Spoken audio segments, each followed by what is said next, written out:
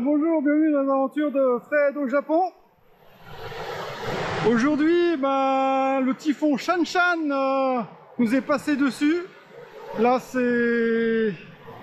arrive à la fin. Mais bon, je vais vous montrer la rivière.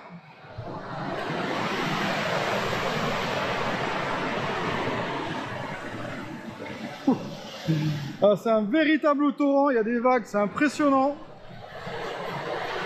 Donc voilà, ça c'est en espace de 24 heures environ. Donc le tout petit filet d'eau qu'est la rivière d'habitude, toute calme. Et là aujourd'hui, voilà.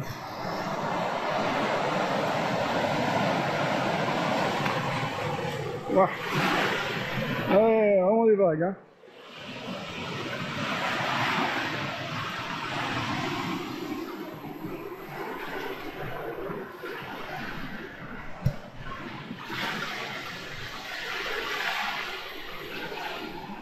Voilà. Donc l'eau elle est montée, là on le voit, elle est montée là, et elle est montée, elle a laissé les déchets, la rivière elle est montée jusqu'ici. Et donc heureusement ce typhon est passé assez vite, parce qu'au niveau des précipitations là c'est apocalyptique, hein. Wow. Ouh.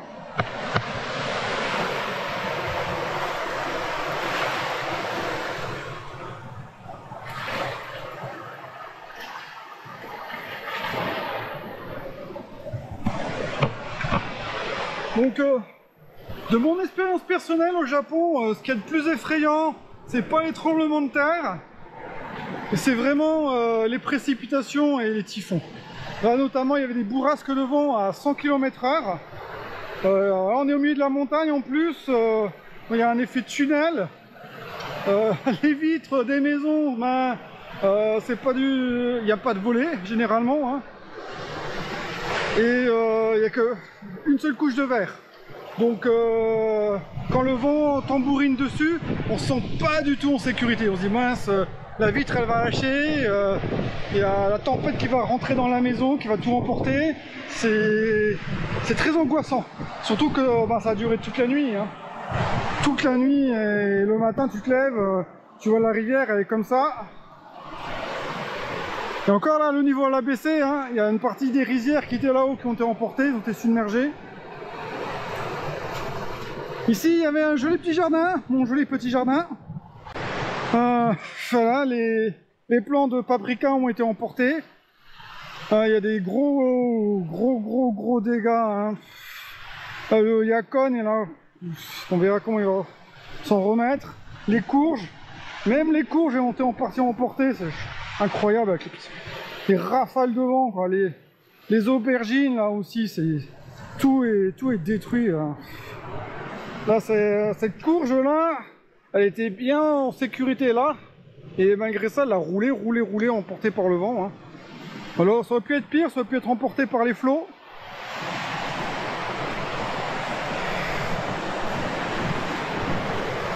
Ah, donc vraiment. Donc quand t'es français et que bon, on n'a pas l'habitude d'être confronté à des précipitations de cette ampleur-là, vraiment pas. Et là encore une fois, c'est quasiment certain, il y a des routes qui ont dû s'effondrer dans le secteur, je sais pas encore où, mais il y a des routes qui sont effondrées. J'ai vu sur les informations, dans Kagoshima, il y a des gens qui ont été emportés par des torrents de boue, hein. C'est la montagne qui s'est effondrée sur eux. Des précipitations pareilles, et puis bon, en plus c'était une forêt de bambou derrière eux, donc au niveau des réseaux racinaires, il n'y avait rien qui tenait vraiment le sol. Là, je vais faire un petit tour de la rivière, voir comment c'est.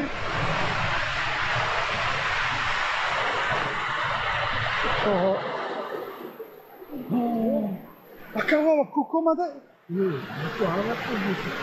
Kokomade agemashita. Giri desu ne. Yokatta. 本当に台風はとっても恐ろしいです。そう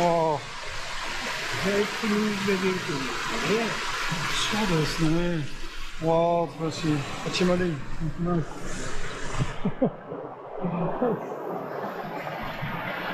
Donc là, cette année, les rizières, enfin de ce côté-ci, elles n'ont pas été emportées.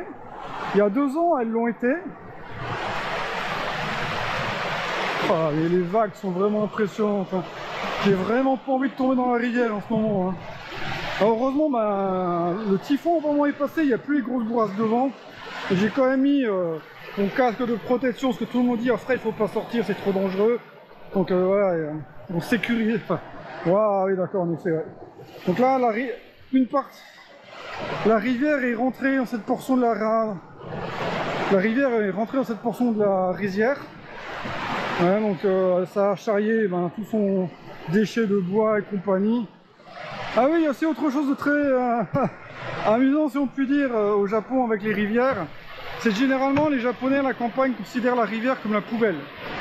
Donc ils balancent tous leurs déchets dans le lit de la rivière quand elle est basse. C'est-à-dire que le défi... Et ils attendent le typhon, ils attendent la saison des pluies pour que la rivière, voilà, c'est un petit peu la chasse d'eau, emporte tout. Et donc là notamment on voit qu'il y a pas mal de coupes de bois, hein, tout ça, ça a dû être jeté au bord de dans le lit de la rivière. Et maintenant c'est emporté et puis ça crée des problèmes notamment au niveau des ponts, des structures. Ouais, c'est l'année dernière, il y a un pont en ciment, en dur qui a été emporté lors de la saison des pluies. Wow, là il faut pas de je glisse. Hein.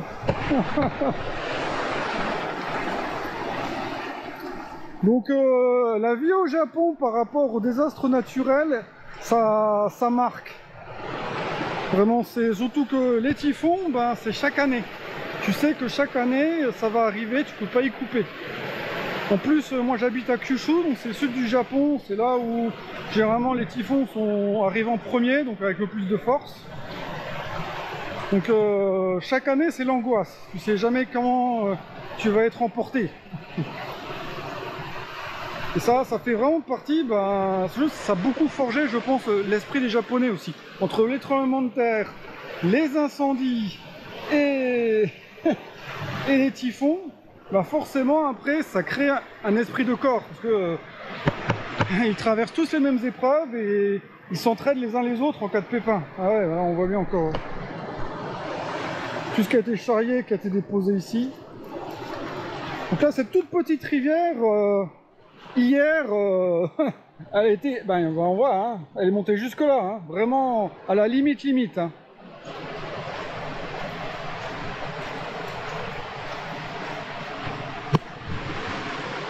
Il y a 2 ans d'ailleurs, toujours ce gros typhon de 2 ans qui a fait beaucoup de dégâts, tout ce mur-là avait été emporté, parce que cette toute petite rivière, encore là aujourd'hui ça ressemble à un torrent, c'était devenu vraiment une grosse rivière.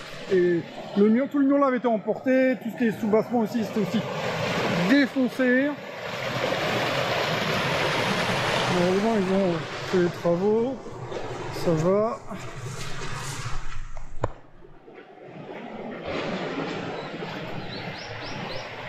Ah, là on voit bien que toute l'herbe a été couchée.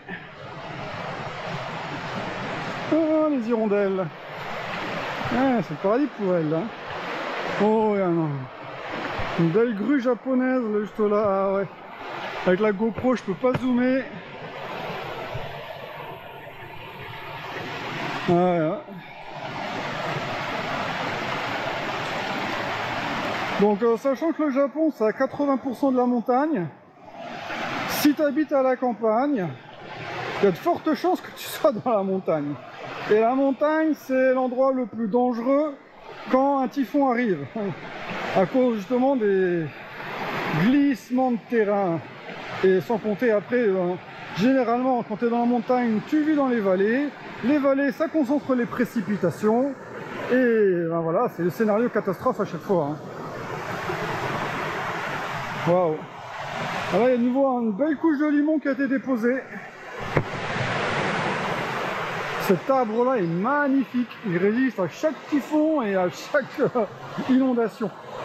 Alors ces racines sont superbes. Ah, il est encore là. Il n'a pas été emporté, toujours pas. Il faudrait mieux pas, hein, parce que Il y a des ponts plus loin et un gros tarot comme ça dans le flot, ça ferait vraiment des dégâts. Hein.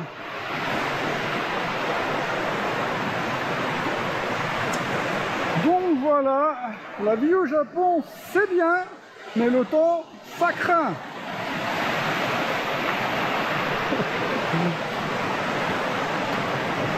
Voilà. Ah, le limon est profond là. Oh là là. Bah, ici, ils avaient planté des chênes.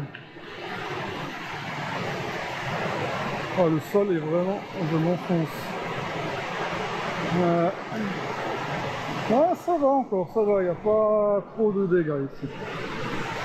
Juste voilà. Un superbe tronc là, qui sont portés, charriés par la puissance des eaux, hein, vraiment là.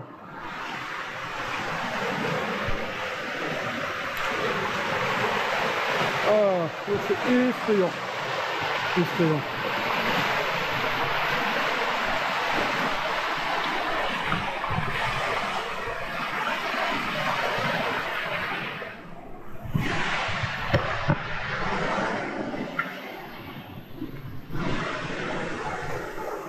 Voilà.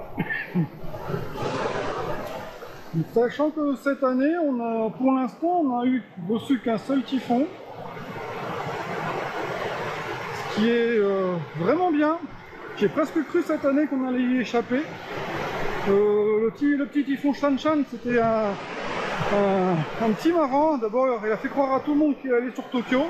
Puis hop, il a bifurqué et il a pris l'embranchement Kyushu. Et là maintenant, il est en train de traverser tout le Japon dans le sens de la longueur. Donc il va faire pas mal de dégâts. Ouais, d'ailleurs, il y a une chose aussi quand on vit au Japon qui est intéressante, c'est que il y a un service radio. C'est une radio spécifique qui est installée dans le logement et qui passe les nouvelles importantes, les nouvelles locales par exemple. S'il faut évacuer, où est-ce qu'il faut aller, les points de rassemblement, les secours. Ça fait aussi office de service funèbre. Ça annonce les décès et ça passe 3 fois par jour le Radio Taiso, hein, la musique qui accompagne la gymnastique des Japonais. Et ça, généralement, les personnes âgées aiment bien avoir ça chez eux parce que ça les sécurise. Ça, ils savent s'il y a quelque chose comme un typhon qui arrive, cette radio les préviendra tout de suite et leur donneront des consignes de ce qu'il faut faire. Et en plus, ça les connecte aussi, encore une fois, la communauté. On dit, ah bah tiens, un tel et un tel est décédé, et donc voilà. Et puis bon, toujours le Radio Taiso. Ah, il y a le papy qui s'occupe des rizières qui est là. Et aussi, il profite de la calmie pour aller voir les dégâts. Il y a de la chance cette année, hein. Il y a qu'une toute petite portion de la rizière qui a été emportée. Donc l'agriculture au Japon aussi, c'est pas facile par rapport à ça. Encore une fois, j'ai beaucoup de collègues, ils travaillent dans le bâtiment et à côté de ça ils sont paysans. Et notamment à cause du typhon, ils me disent tous que le métier de paysan c'est trop difficile. C'est trop aléatoire. Si tu es frappé par le typhon, tu peux perdre toute ta récolte. Et apparemment, il n'y a pas forcément des assurances, ou alors ils sont trop pauvres pour se payer des assurances pour ça. Et le gouvernement japonais n'a pas l'air de soutenir les paysans lors de ce désastre naturel.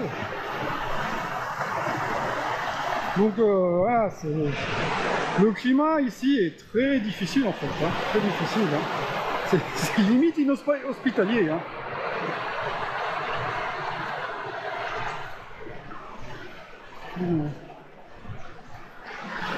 Hein. Surtout avec un terrain un pays qui est composé à 80% de montagne. Hein. Après, non, dans les montagnes on se plaît un petit peu, mais dans les plaines c'est encore pire. Parce qu'il y a tous ces torrents qui ensuite convergent dans les plaines. Et avec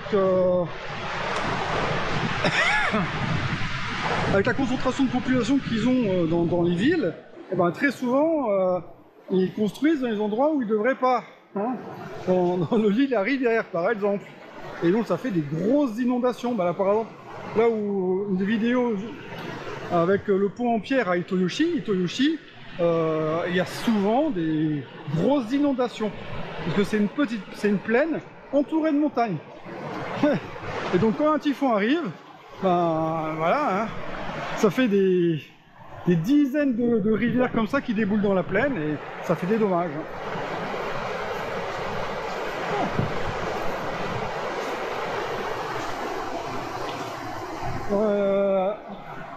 Ah, il y a tout le monde qui est de sortie là. Comme pour regarder. Oh, même les planches ont été emportées, c'est fou ça. Ah ouais, il faut nettoyer tout mon jardin maintenant. Ah, on va s'en attendre demain, mais ça fait mal au cœur. Hein. Les piments, ils arrivaient à maturation. Heureusement qu'avant que le typhon vienne, j'ai récolté tout ce que je pouvais, tout ce qui était récoltable. Mais voilà. C'est le Japon. La France est tellement plus paisible au niveau météorologique, vous n'avez pas idée. Ici, entre les pluies, la chaleur, franchement, c'est dur. Hein, c'est dur. Au moins, il n'y a pas de sécheresse. Et quelque part, il y a quand même un excédent d'eau ici. Hein, il y en a trop.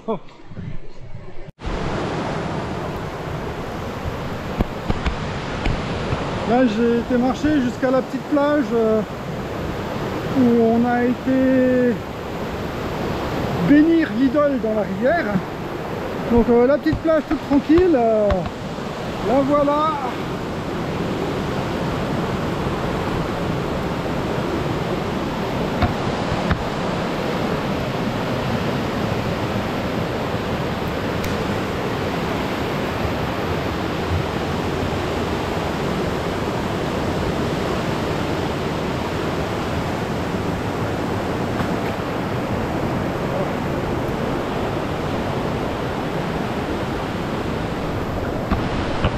Il y a du courant. Donc là j'ai discuté avec mes voisins. Oh, c'est un petit chien. Et quand je leur parle de mon ressenti par rapport au typhon, et puis surtout le fait qu'en France on n'a aucune expérience de cette terreur, ils sont quelque part fascinés. Ils ne peuvent pas imaginer un pays qui n'est pas ainsi frappé d'un typhon chaque année. Et quand je leur dis voilà, en France le typhon c'est pas ce que c'est, bah, tout de suite ils disent ah là là, qu'est-ce que j'aimerais bien aller vivre en France. Rien que ça justifie pour eux un déménagement en France.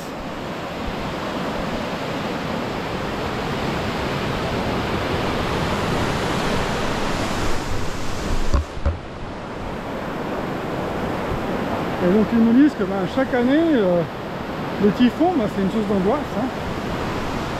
Et ils ne savent jamais comment il va être. Là celui-ci, le typhon Shanshan, il était classé en Ogata, c'est-à-dire vraiment un gros typhon bien dangereux.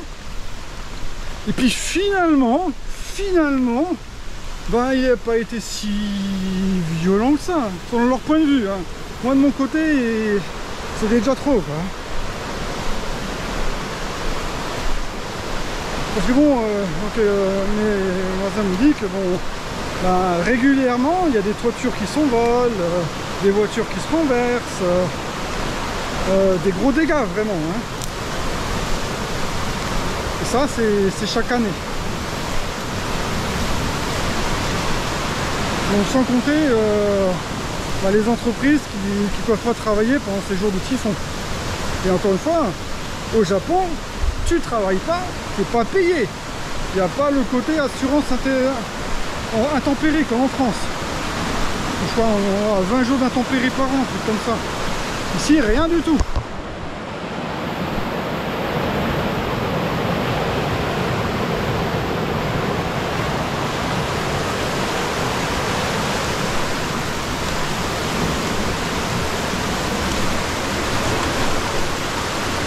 Donc ici il y a la petite plage en pierre avec la source.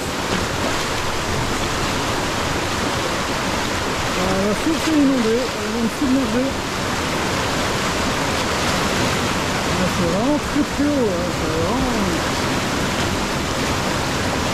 2 mètres, 2 mètres en plus hein, en hauteur. Hein.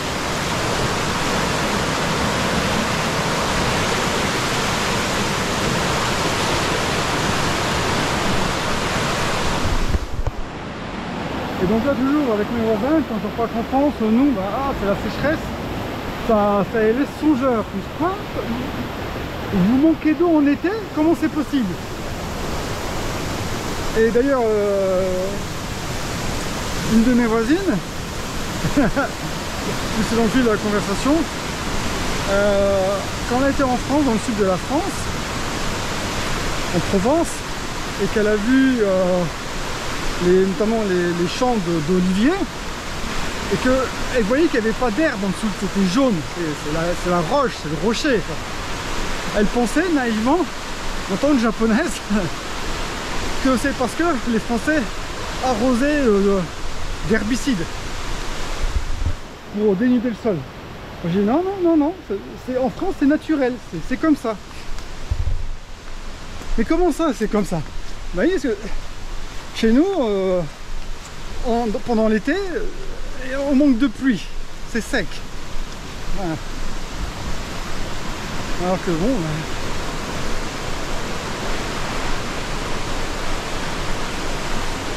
Voilà. Donc, pour résumer, si vous aimez la pluie, les torrents de boue,